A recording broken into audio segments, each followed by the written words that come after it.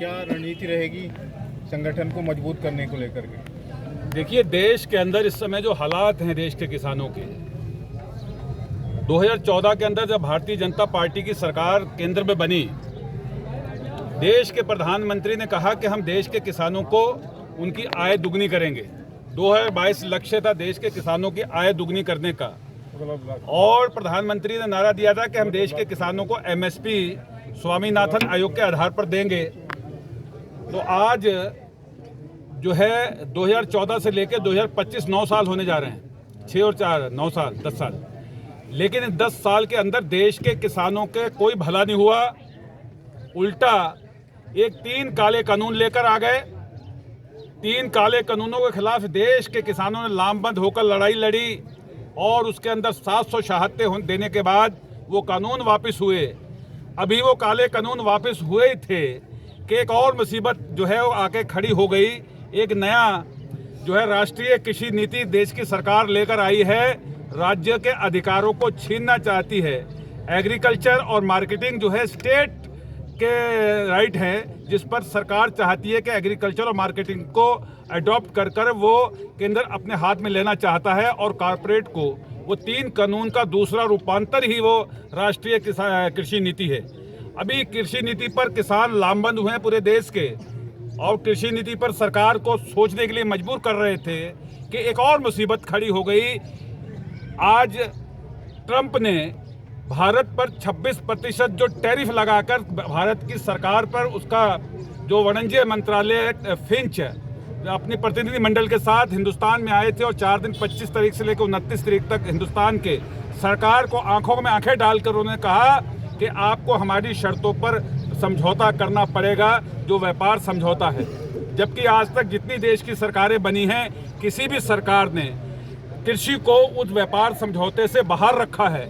लेकिन अमेरिका दबाव बनाकर 26% टैरिफ के आधार पर कृषि, वहाँ की मक्का, सोयाबीन और तमाम जो यहाँ पर देख रहा है कि हिंदुस्तान के अंदर एक खुला व्यापार है, जहाँ पर वो अपनी फसलों को कम दामों पर बेच सकता है। ये इस देश के किसानों के साथ अन्याय होगा, क्योंकि जब 26% टैरिफ लग गया तो हमारा जो चावल निर्यात होता है, हमारा जो महाराष्ट्र का आम निर्यात होता है, जो केरल, महाराष्ट्र और पश्चिम बंगाल का चाय हमारी एक्सपोर्ट होती है, वो सारी पे इस देश के किसानों पर असर पड़ेगा।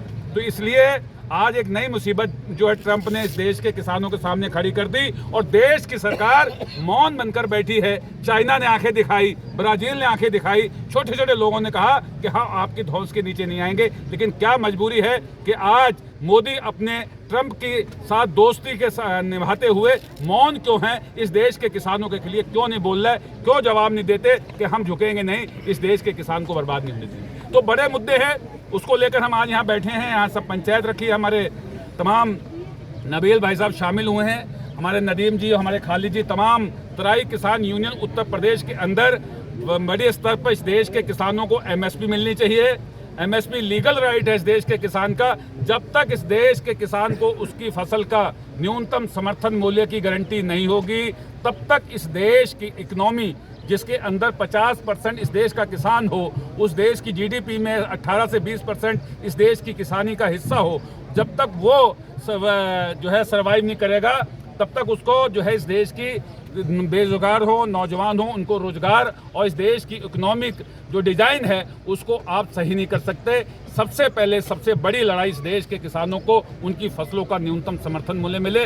यहाँ गन्ना है, गन्ने की बड़ी बेल्ट है।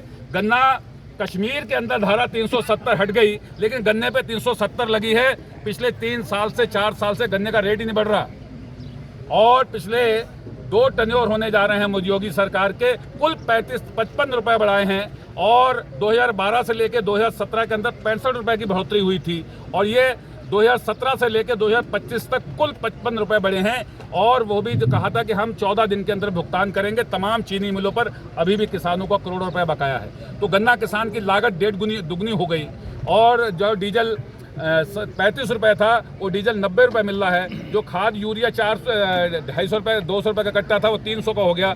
डीएपी 370 वाली 1400 रुपये का कट्टा हो गई। तो लागत किसान की कितनी बढ़ गई?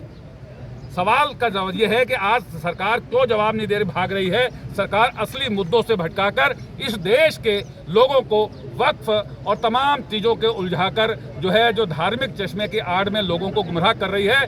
सरकार असलियत बचाने से बच रही है। सर, पंजाब में आम आदमी पार्टी द्वारा जो चल रहा धरना था शंभू बॉर्डर पे, वो ख़त्म करा दिया गया, इस पर क्या प्रतिक्रिया आपकी? बिल्कुल ये सरकारें जो भी सरकार ऐसा किसानों के साथ करेगी, दमन करेगी, उसको उसका खमियाजा भुगतना पड़ेगा। भारतीय जनता पार्टी ने इस देश के किसानों के साथ अन्याय किया।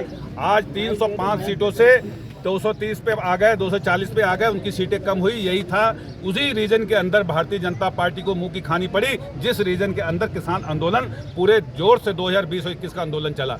इसी तरह पंजाब के अंदर भी अगर वहाँ की सरकार वहाँ के अन्नदाता को दमन और रिप्रेशन के दम पर खत्म करना चाहेगी, दबाना चाहेगी, तो आने वाले समय में सरकारों को उसका अंजाम भुगतना पड़ेगा।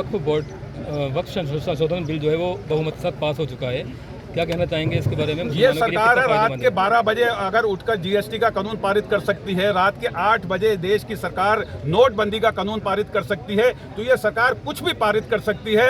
ये बिल्कुल असंवैधानिक है, सिस्टम है। कोई सिस्टम से कोई चीज़ को सबको विश्वास में लेकर, जब वहाँ पर कमेटी बनी थी, उस कमेटी को बिल्कुल विश्वास में नहीं लिया गया और अपनी मर्जी से रात को कानून पारित कर दिया गया।